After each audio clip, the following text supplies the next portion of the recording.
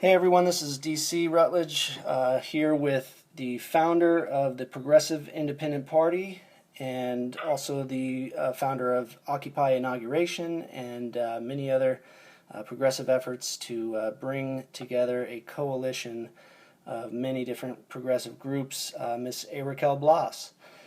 Thank you so much for joining me, Araquel. Hi, thank you for having me. I appreciate it. Yeah, well, I'll get right into it. In our first interview, almost a year ago, I believe, you said that the coalition approach, which you've been trying to instill, is in which groups across the spectrum of the progressive left work together to form a cohesive issue-based voting bloc. You said that that idea was an idea whose time had come.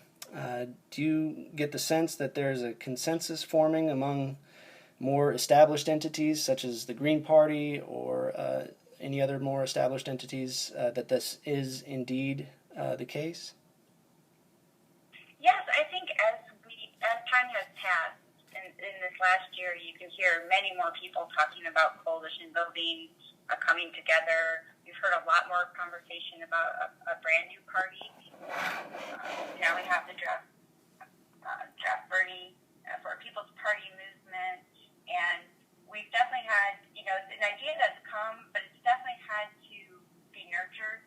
And I believe that the inability or unwillingness of the Democratic Party to embrace progressives, even after the general election, even after the defeat of Hillary Clinton and the lessons they could have learned from that loss, they have not embraced progressives. They have not learned from their mistakes just because they are beholden to corporate money. And so I think that it's even becoming more and more and more apparent as we move on into speaking about 2018 election and then 2020, that it's not only an idea that time has come, it's an idea that it's the time that it's imperative to our country and to our planet. Okay.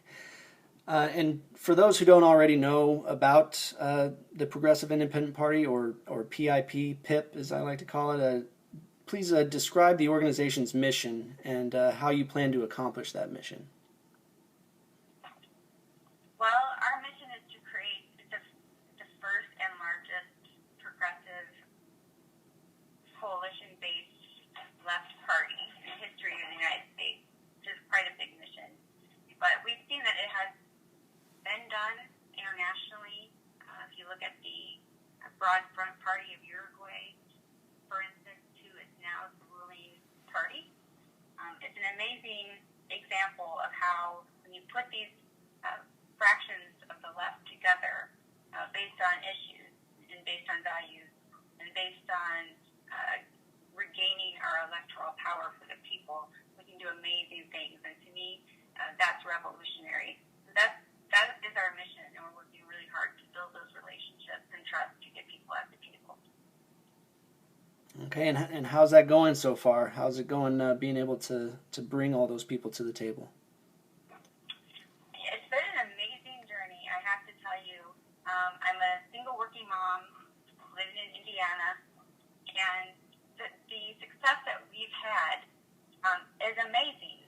I've been an activist a while, pretty much a no-name activist, and the fact that we've made it this far, I think, just goes to show that it's not our skill, but that it is an idea whose time has come, that we have now developed a committee, a multi-organization national committee, to start designing this coalition-based party for the people. And we have an amazing array of talented people on this committee. So we're really far closer than people might see if they were outside looking in. Okay, and just to clarify, is the Progressive Independent Party an actual party, or is it something else? Yeah, it will be a party. We first filed for 527 tax status. And then hopefully as the coalition builds, you have to do certain things to be considered a party. We'd have to have a national founding convention with 500 registered voter signatures to to apply to be a national party. So there are steps that have to be taken to go from that status to a party status. Okay. And PIP, like most startup organizations, has been going through some growing pains. A few instances of infighting, I know, among members and different social media personalities on the left have been highlighted, all over social media. How would you characterize these disputes, and what steps have you taken to resolve them as far as PIP is concerned? Well, I was a founder and a co-founder and a lead organizer of Occupy Inauguration, which also had a coalition-based national steering committee. And during that time, we had Araquel Bloss and George Friday of Move to Amend had developed us this really beautiful, thorough value statement. And so after Occupy Inauguration, PIP adopted these values. And you can go to our website, pipunite.org, look at our value statement. But they're powerful. But they're edgy. And we've had recent issues in the progressive left with, safe spaces, identity politics, whether we should, encourage or respect the right of people of color to organize by themselves.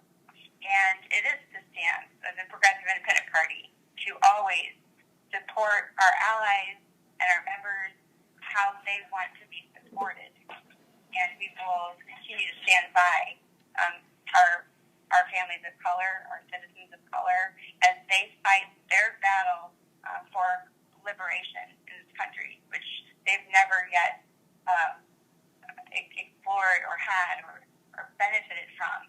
And so we are very committed to building structures, new structures, not these archaic structures of the Democratic Party or of our country as a whole, based on a hierarchy, based on colonialism and patriarchy, but instead true systems of equity, equitable positions of power and voice.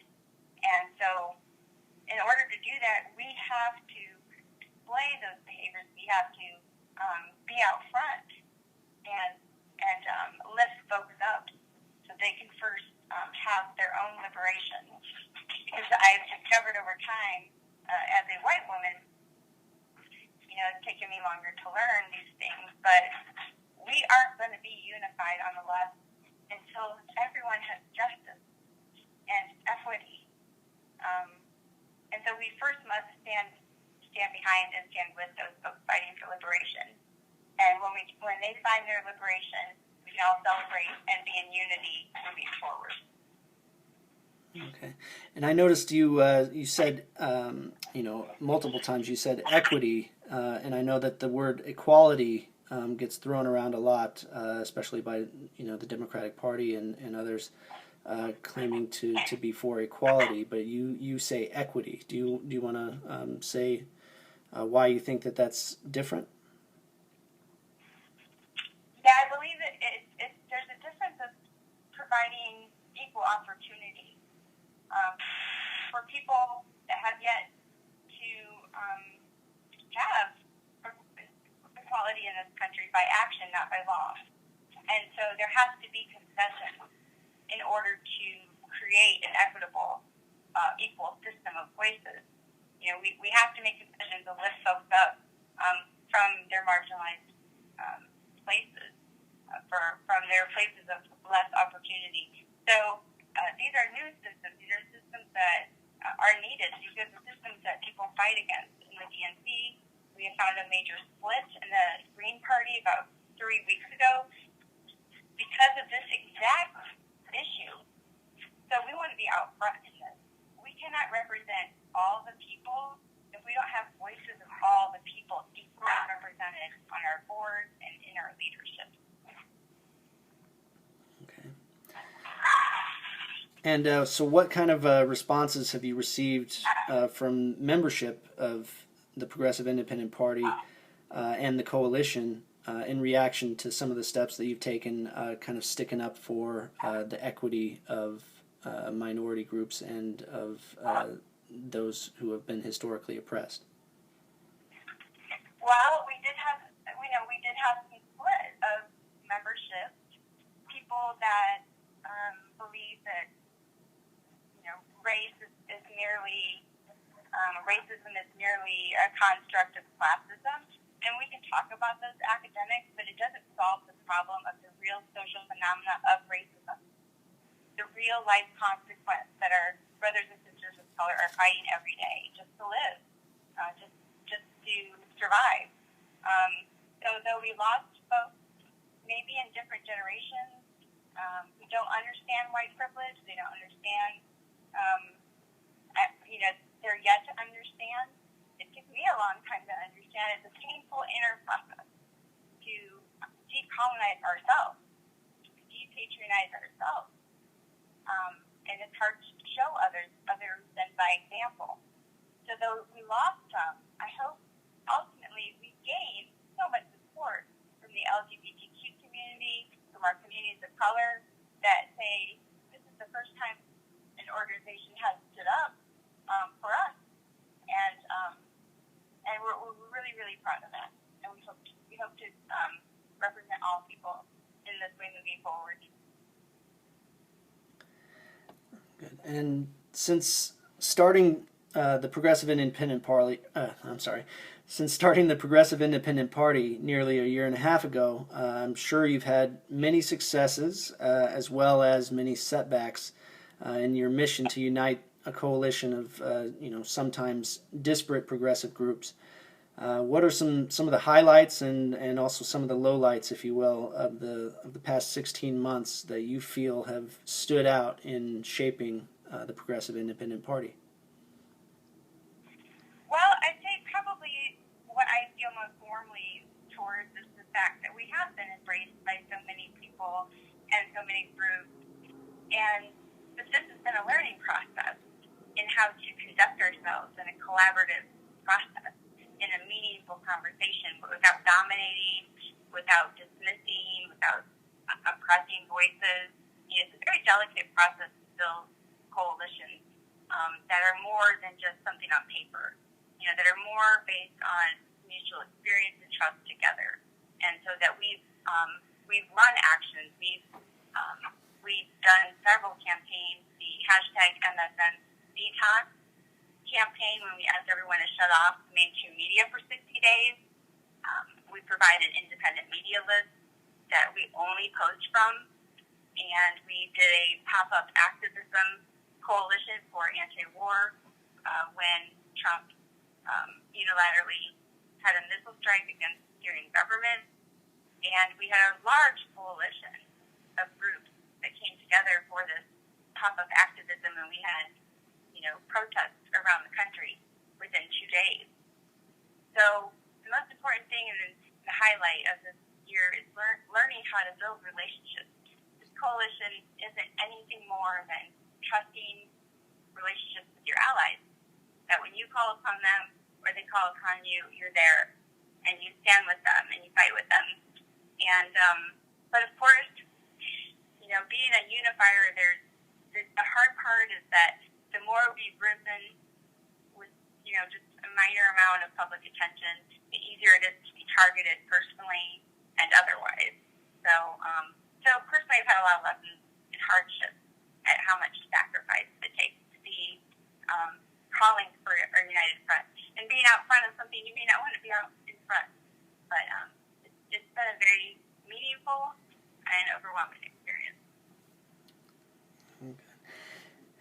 And what issues, I guess, or what roadblocks kind of to building the progressive coalition that you're trying to build do you continually run into time and again? I would say that the biggest issue is both ego-driven and it's politically driven. When we get organizations together to do an action, say for instance, Occupy Inauguration, anti-war, we have to remember that we're not always going to agree on the words we use, the messaging we use, the campaigns we want to put out into the public, because we are different politically. There is a reason why there are factions on the left, because they don't align with each other politically. And we have to remember not to be stubborn about that we always can find a common value and a common goal, and even if we have to reduce that to the common denominator to stand together, then we have to reduce it to the common denominator to stand together. Because right now it's more important to stand together and to agree on everything. So every time we have a value, action, we need to focus on what we have in common. And we need to put your ego aside and remember that this time in U.S. history we're really the only ones fighting to save our democracy, to save this country against the oligarchs. And that's a challenge and sacrifice that we have to take on. We need to move away from our ego, move away from sometimes our political identities, and fight for the greater good by fighting for the most lowest common denominator.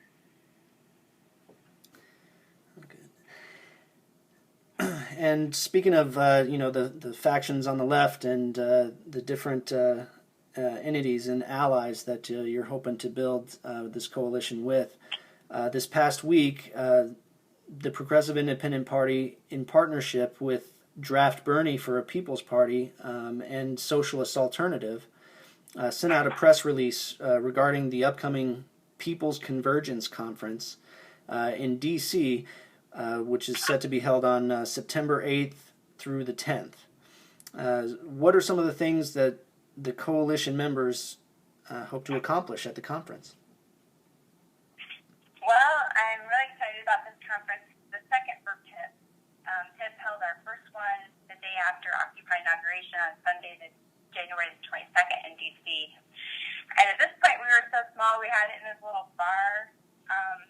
But I'll never forget that experience because somehow we got Ralph Nader there, Dr. Jill Stein, and Lee Camp, and Nick Brana, and amazing people came together.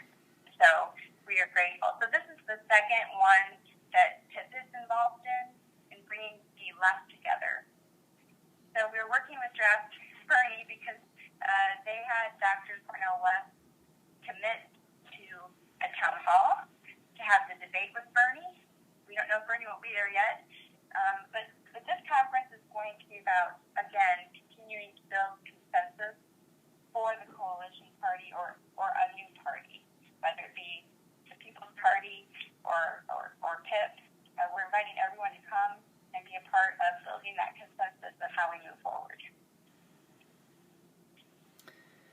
And I know a question that's probably on a lot of people's minds, especially about the Draft Bernie movement, is what's going to happen if Bernie decides to stick with the Democratic Party and not join the Draft Bernie movement to create a new party? What happens to the Progressive Independent Party and its mission of coalition building? Well, TIP will remain the same, committed to our mission of bringing everybody together to represent the people. I've been working with Nick Brana we've known each other since October of last year. He was involved in coming to the summit in OI at Occupy inauguration. So I feel quite certain that I can tell the American people that Nick and his group will continue forward in whatever way makes sense for their group to build a party for the people. Nick Brana and the Draft Bernie, they do not believe that the Democratic Party can be reformed. And for good reason, because there is no sign, there's no proof that they want to be reformed. And I believe they will move forward, and we hope they will become a coalition member for PIP, and that we can all decide together. Draft Bernie, Socialist Alternative, the Justice Party co-sponsored our first summit. They'll be co-sponsoring the second summit, or conference. And so we're getting there. I think we'll all move forward. I believe the American people are ready for it. They're ready for a sense of hope again and a sense of purpose, that there is actually a path that can fix this. But we we have to do it together, and it's not about personality. We can't center our movement around one person. We've seen that happen with Dr. Martin Luther King. We've seen that happen with the Black Panthers. It has to be a decentralized, broad, horizontal organization so that it cannot be stopped. And I believe we will continue forward. And I know you've been building PIP from the ground up, for a long time now, and you guys have come up with quite a few different initiatives that you would like to see happen leading into the 2018 elections, specifically dealing with independents and with other groups on the left. One of which is the concept of a progressive primary. Please talk a little bit about that. Yes, I think this concept is one that resonates with everybody.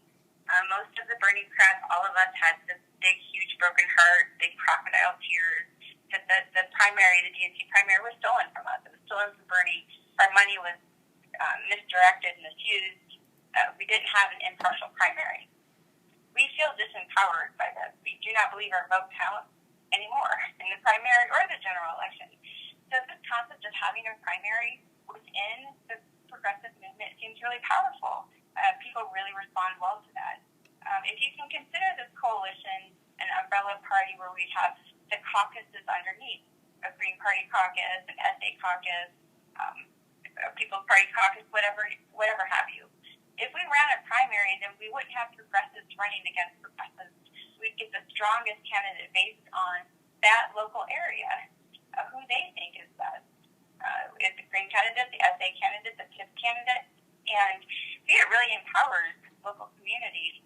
And not only that, if you can imagine the amount of resources that we will save when all of us are not trying to get ballot access, we get one ballot access, all of us, and we have caucuses and have these primaries.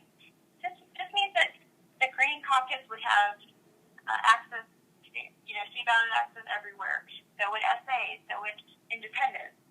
It would be an amazing insertion of many parties into this two-party system. And I believe the numbers show progressives and independents are the largest voting bloc in America. When we unite them, we will become the second party in the two-party system. Very good. Is there any other initiatives that I know that the Progressive Independent Party is planning on coming out with? I know the last time we talked, there was discussion about putting forward an endorsement list of candidates for the 2018 election cycle, including some PIP candidates that would be endorsed as well. Yeah, I'm really excited because I believe after this conference, which right now involves so many different, we're getting many groups involved. I know that afterwards we will be coming back together to discuss our electoral strategy for 2018. I know creating a new party makes a lot of people nervous because what do you do in the interim? You don't want Republicans to win. We have people that want to vote, want to run as a Democrat. So as soon as this conference is over, and I know Jack Bernie can shift their attention and we can shift our attention, we're going to start developing our electoral strategy. And so I'm really excited. So yeah, you will see endorsements and you will see exciting things to come. So I hope people will sign up. And if you're not able to come to Washington, D.C. for the People's Convergence Conference, please go to the website at convergence2017.org. And we are going to be asking people to have this town hall debate watch party, much like we had for Bernie's debate. So we're going to ask people to have these sister gatherings.